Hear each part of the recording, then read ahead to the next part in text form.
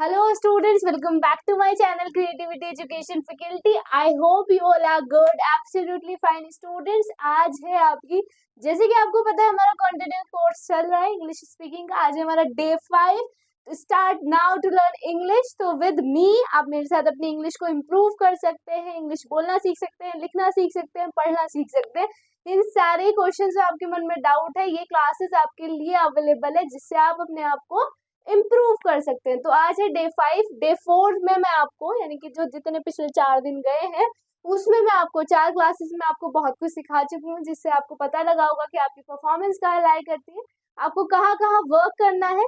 आज इसी उसी वर्क वाले प्रोसेस पे मैं आपको ध्यान दे रही हूँ। क्लास डे 5 है आज हमारा क्लास का। तो डे 5 पे हम सीखने वाले हैं।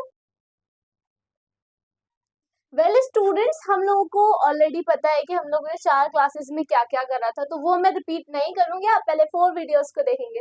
तो आज हम सीखने वाले हैं प्रेजेंट परफेक्ट कंटिन्यूअस। आज की क्लास बहुत ज्यादा इंटरेस्टिंग होने वाली है, आपको पहले बता दूं, क्योंकि आज मैं आपको वोकैबुलरीज मतलब वर्ड मीनिंग्स भी कराने वाली हूँ, कुछ शॉर्ट ट्रिक्स भी सिखाने वाली हूँ, और अगेन हमारे टेंसेस का जो प्रेजेंट परफेक्ट कंटिन्यूअस चल रहा है सिंपल वे में, इजी वे में, जिससे आपको बहुत अच्छे से समझ में आ जाए, वो मेरा चल ही रहा है। तो वो आज आप ये टॉपिक में कंप्लीट कराऊंगी आपको। तो पहला है प्रेजेंट परफेक्ट कंटिन्यूअस। हम सबसे पहले ये सीखेंगे कि प्रेजेंट परफेक्ट कंटिन्यूअस क्या होता है। मैंने आपको सिखाया बेटा, आप अपनी पहचान बनाते चलेंगे। दैट मीन्स आप वर्ड्स को अंडरस्टैंड करने के लिए कुछ टर्म्स ऐसे बनाएंगे जिससे आपको पता लगे कि हाँ, that's word use for this, that word use for this. तो हमें उस चीज के लिए सबसे पहले हमको पता ही है कि प्रेजेंट की हिंदी में क्या होती है, राइट। परफेक्ट की हम सीख चुके हैं इससे पहले वाली क्लास में ही, तो वो था चुका, राइट। एंड कंटिन्यूअस का उससे पहले वाली क्लास में सीख चुके हैं, वो है रहा। तो दैट मीन्स है, चुका, रहा, आपको अब कॉम्बिनेशन में दे दिया गया है। तीनों को अलग अलग डिफाइन करके समझा चुकी हूँ, अब ये कॉम्बिनेशन में दे दिया गया है, मतलब मिला के दे दिया गया है। तो देखते हैं क्या है इसका मतलब। इसकी जो आइडेंटिटी है वो है समय, यानी कि आप इसमें कुछ सीखेंगे तो वो सीखेंगे समय। समय मतलब टाइम। अब इसमें एक्स्ट्रा क्या सीखने वाले, आइडेंटिटी में टाइम सीखने वाले हैं कि इसमें टाइम भी ऐड हो जाएगा आपका। जो हम सेंटेंस यूज करते हैं, बहुत सारे सेंटेंस ऐसे होते हैं जिसमें हम टाइम का यूज कर रहे हैं, तो वो यही है। We already know about the कितने तरीके के टेंसेस बनते हैं, दैट्स आर द 4। हमने फर्स्ट क्लास में सीखा था, वो था अफर्मेटिव। तो हमारे अफर्मेटिव में इसका कैसे बनेगा, चलो आप लोग ही बनाएंगे क्योंकि मैंने स्टूडेंट्स को अपने सिखा रखा है। सब्जेक्ट, इसकी इंग्लिश में आइडेंटिटी क्या बनेगी, इसकी इंग्लिश में आइडेंटिटी बनेगी हैज हैव। क्या बनेगी, has have. Has used for the singular words, that's we already discuss about in previous classes कि has जो है हम singular words के लिए, and have for the plural words, जहाँ पे भी हमारे plural words यानी कि बहुत सारे, एक दो से ज्यादा चीजों की, लोगों की, जिसकी भी बात हो रही होगी वहां पे हम यूज करेंगे have को। And has for the word for the singular, जहाँ पे हम अपने सिंगल चीजों के लिए, इंसान के लिए, किसी चीज के लिए भी यूज करेंगे, यानी कि सब्जेक्ट प्लस हैज हैव। इसमें ऐड हो रहा है बच्चों बीन, आपको सिखाऊंगी कैसे यूज करना है। बीन प्लस वर्ब की फर्स्ट फॉर्म लगेगी। फॉर्म्स मैं आपको सिखा चुकी हूँ, वर्ब की first form, second form, third form, 3 forms होती है। तो वर्ब की फर्स्ट फॉर्म प्लस आईएनजी के साथ लगेगा आपका, और आपका ऑब्जेक्ट लगेगा। ऑब्जेक्ट के बाद आपका जो समय यूज हो रहा है वो दो चीज के लिए यूज हो रहा है, सिंस एंड फोर। सिंस और फोर के यूजेस मैं आपको अभी 2 मिनट में बताने वाली हूँ। तो सबसे पहले अफर्मेटिव, एंड अगेन नेगेटिव आपका सेम ऐसे ही बनेगा, सिर्फ आपका नेगेटिव में नॉट पुट होगा। तो यानी कि subject plus has have, okay. Not, not हमेशा सेकंड नंबर पे, यानी कि हेल्पिंग वर्ब के जस्ट बाद में। Not plus been plus verb की first form plus ING and the object. ये आपको मैंने ऑलरेडी बनाना सिखाया है, सिंस एंड फोर।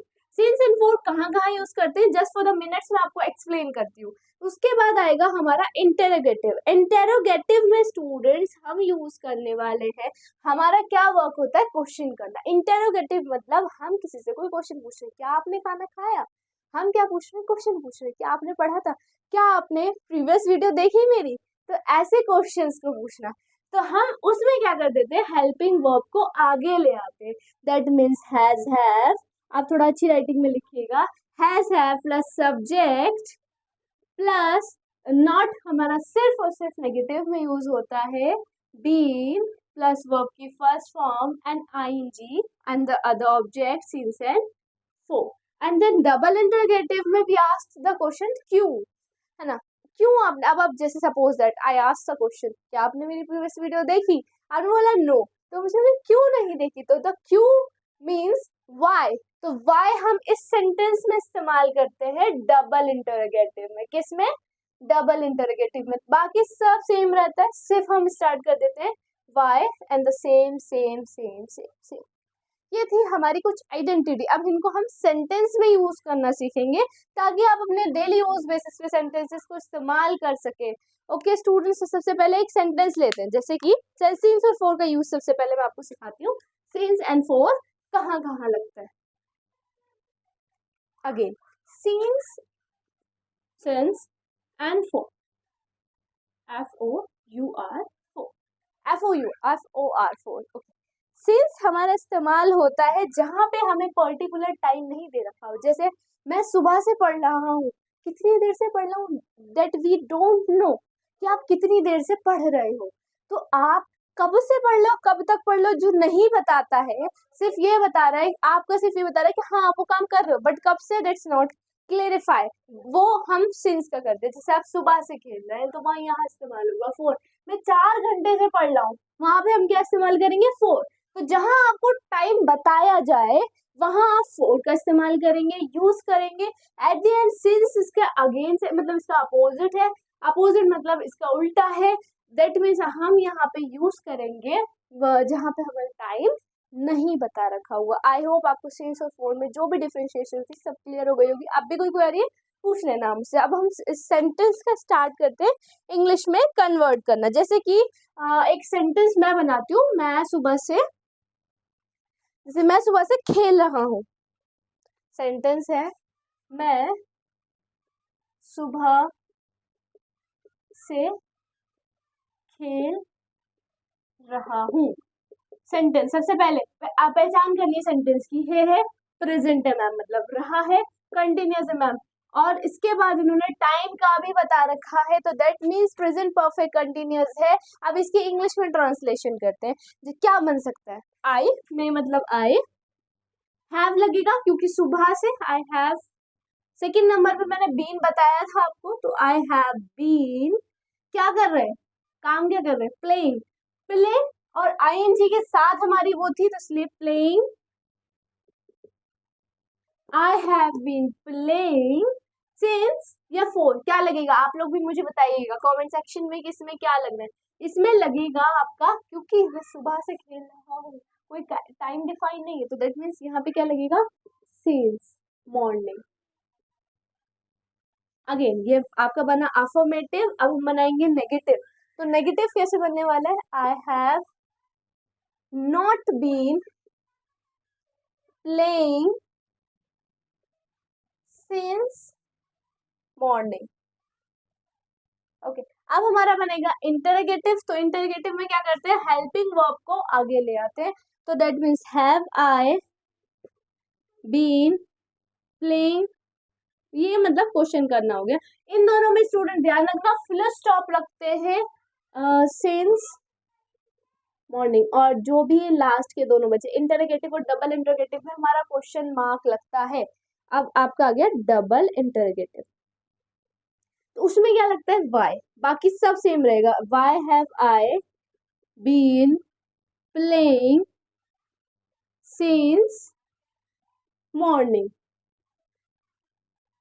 समझ आया कैसे कैसे यूज करते हैं। अब कुछ सेंटेंस मैं आपको दे रही हूँ, अभी लिखूंगी यहाँ पे, वो आपका होमवर्क है, मतलब आप उसको नोटबुक में भी करेंगे और कमेंट बॉक्स में मुझे बताएंगे।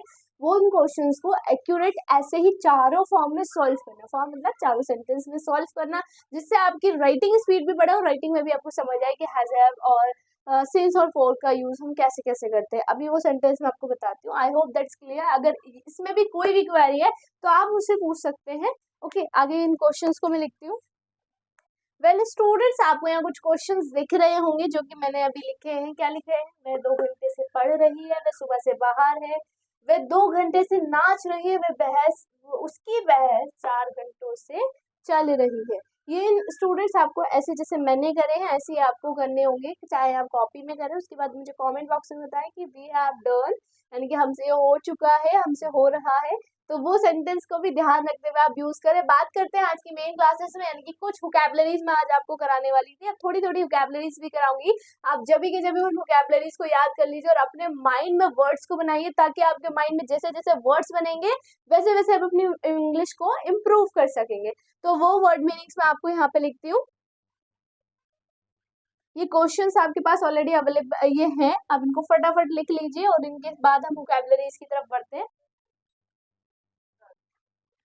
वेल स्टूडेंट्स, आज मैं आपको कराने वाली वोकैबुलरीज, और वोकैबुलरीज को हम बोलते हैं इंग्लिश में वर्ड मीनिंग्स। तो वोकैबुलरीज पे फोकस करते हुए आज मैं बहुत ज्यादा बेसिक कराऊंगी, जो बेसिक्स वर्ड में आपके यूज होते हैं वो वाली भी वोकैबुलरीज कराऊंगी, ताकि जब आपको वैसे वर्ड्स आए तो आप कंफ्यूज ना हो हिंदी में इंग्लिश में क्या कहते हैं। सबसे पहला वर्ड है हमारा दैट।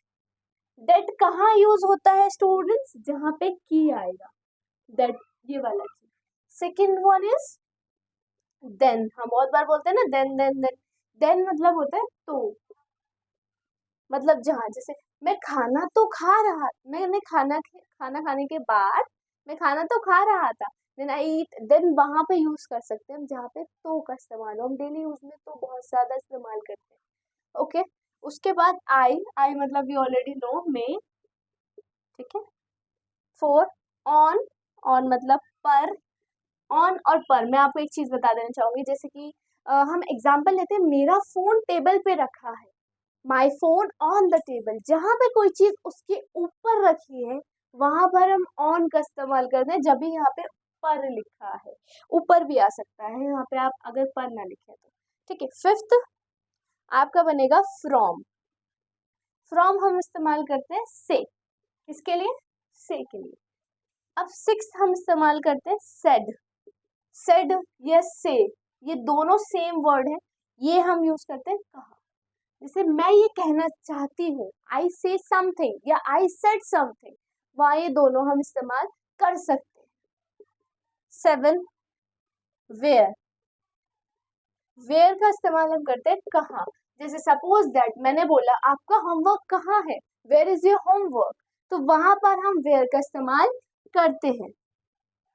अब आ जाओ there bye.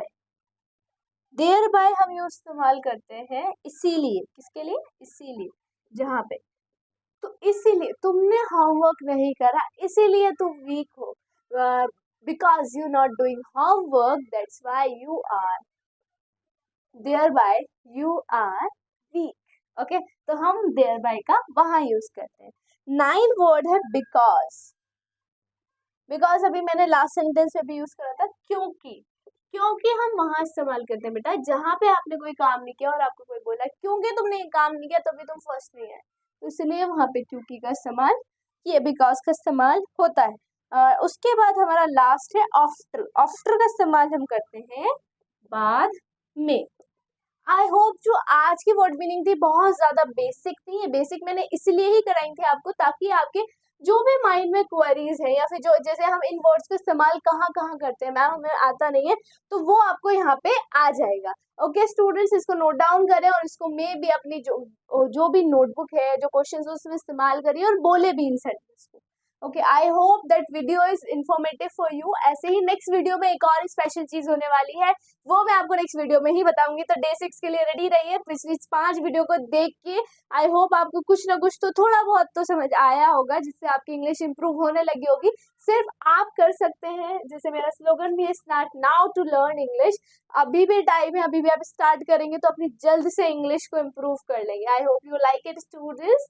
Stay happy, stay safe, bye bye.